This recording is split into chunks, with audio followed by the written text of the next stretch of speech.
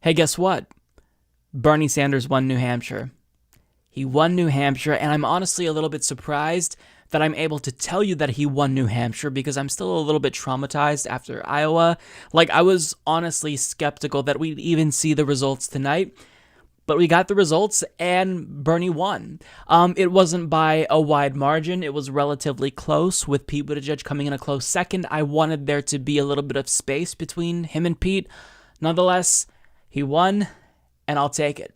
So as I record this video, we don't have 100% of precincts reporting, but with 85.86 in at the time that I record this video, Bernie Sanders is in first place with 25.92% of the vote. That's 68,545 votes. Pete Buttigieg comes in second place with 24.09%. That's more than 63,000 votes, almost 64,000. And then, surprisingly, in third place, Amy Klobuchar has 19.91% of the vote with more than 50,000 votes. Now, interestingly enough, Elizabeth Warren came in a distant fourth place with 9.29%, and Joe Biden came in a devastating fifth place with 8.66%. I mean, Amy Klobuchar doubled what Elizabeth Warren and Joe Biden have. So we'll talk about the implications of the results and where everyone stands and how I think that the field will shape up. But let me just tell you this. Donate to Bernie Sanders. Pause the video, go donate to Bernie Sanders, and then come back and let me know how much you donated in the comment section. I want to know, and I will go through and try to heart every single comment if you did, in fact, donate. Because look, the media is going to deny Bernie Sanders the victory narrative. We saw before any votes came in that MSNBC hosts were basically saying, well, you know, it's not a big deal if Bernie Sanders is able to win because back in 2016, he won by a much larger margin. So now he's getting a lot less of a margin. Except that's obviously stupid because that was a two-person race. This is a nine-person race.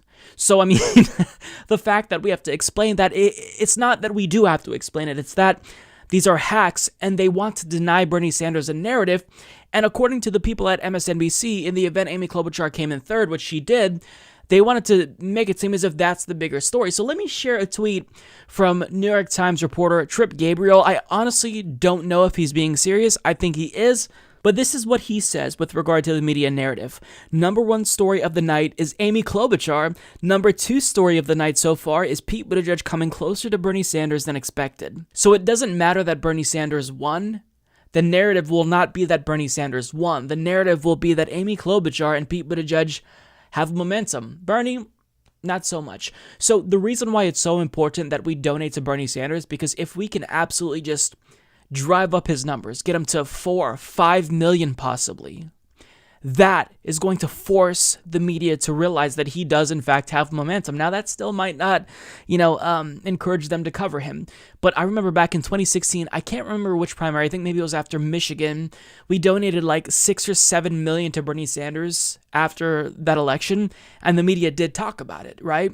So I don't necessarily know if we can generate any type of positive press this way, but voters need to know that there's momentum. So we make them pay attention by donating en masse to Bernie Sanders. That's what we have to do because that's our only choice. Now, on top of that, we had several candidates drop out tonight. We'll get to that in a separate video because I want to take some time talking about that at length. But really, it is actually, it's a strong performance for Amy Klobuchar. For her to finish in third place, higher than Elizabeth Warren and Joe Biden, yeah. Now, the real story here is Elizabeth Warren and Joe Biden. Joe Biden finished in fifth place. That is absolutely brutal, and I don't think he expected a victory here, but he already is in South Carolina. He is skipping Nevada, and he went straight to South Carolina because that is basically the only hope that he has left. If he can win in South Carolina, then maybe he'll have a little bit of momentum going into Super Tuesday. But for him to finish in fourth place in Iowa and fifth place in New Hampshire, ouch. Now, for Elizabeth Warren, a lot of individuals, I think, rightfully said this was a must-win state for her because this is a neighboring state. I mean, There were times throughout the process, I think maybe even in November, that she was in first place by a pretty large margin. And for her to fall to not just fourth place, but a distant fourth, that's pretty brutal. Now, at her speech tonight, she basically gave us an indication that she's not going anywhere. She's not dropping out anytime soon. And she pitched herself as this unity candidate. And at the same time, she attacked Bernie Sanders and kind of attacked his supporters, suggesting that we're attacking other candidates and whatnot. So I don't know what she's doing. It's honestly shocking that she did this poorly and that Amy Klobuchar was able to best her.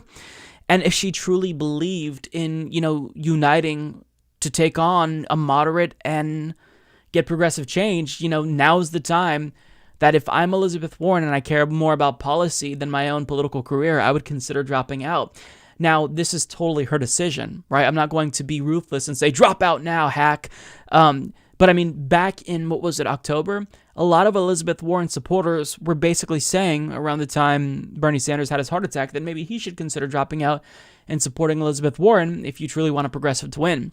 So now, the shoe's on the other foot, and I'm asking you respectfully to consider, if you are an Elizabeth Warren supporter, do you truly care about progressive policy change? If you genuinely care about that, then now is the time to back the progressive candidate with the momentum, and that is Bernie Sanders. Elizabeth Warren did not have a strong showing in a state that theoretically she should have done really good in. Like if she came in third place, probably wouldn't have been great ideally for her. Second place would have been good for her.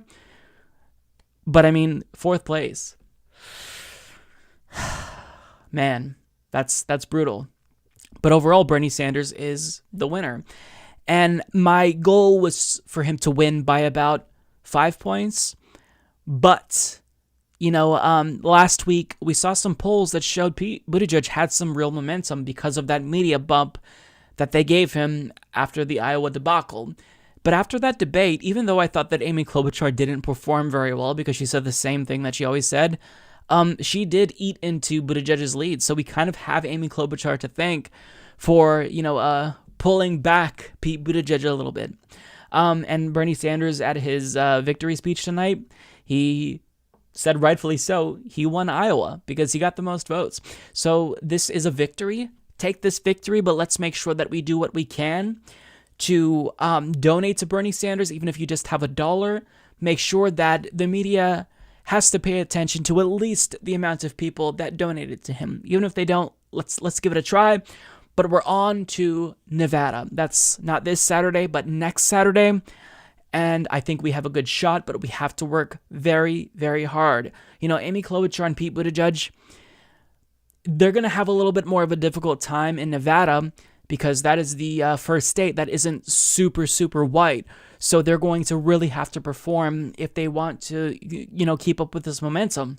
So we have to put in a lot of time. If you are able to get out to Nevada to canvass for Bernie Sanders, take the My Bernie journey. Now is the time to do that. Now is the time to make some calls for Bernie Sanders, because if we can win the first 3 primary states, that is phenomenal. I was about to say, imagine the media narrative, but we're going to be denied a media narrative. The only instance where the media is going to say, wow, Bernie's going to win, is when he emerges as the presumptive nominee, if on Super Tuesday he really is able to sweep, and they're just basically crying on MSNBC. And for anyone who tuned into MSNBC and CNN tonight, the commentary was just bizarre. So I may do a separate video tomorrow just talking about their just absurdity, because I think they're kind of losing their minds and they're salty at the fact that Bernie isn't going anywhere.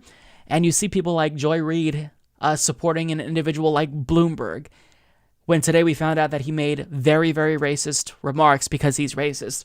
So, I mean, this primary is getting very interesting, albeit stressful.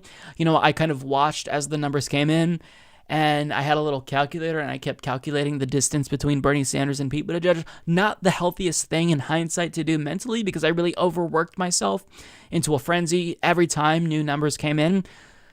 So just know that we have momentum, regardless if the media recognizes that or not. And, we're a strong movement, and we have a solid chance at taking this entire thing. So good job to everyone. Thank you to all of the volunteers who spent time in the freezing cold to canvass for Bernie in New Hampshire. You are the backbone of this movement. Thank you to everyone who, fought past their social anxiety to make calls for Bernie Sanders. And thank you to everyone who's working a 9-to-5 job and still chipped in $1 when you can't even afford that. You all are amazing. And if you couldn't do that, then just sharing a story about Bernie Sanders, getting the word out, convincing one friend or family member. You're all part of this movement. This was a collective effort, and we pulled it off. Wasn't by, a large margin that I wanted. I wanted a blowout. Nonetheless, this is a victory, and I'm going to take it.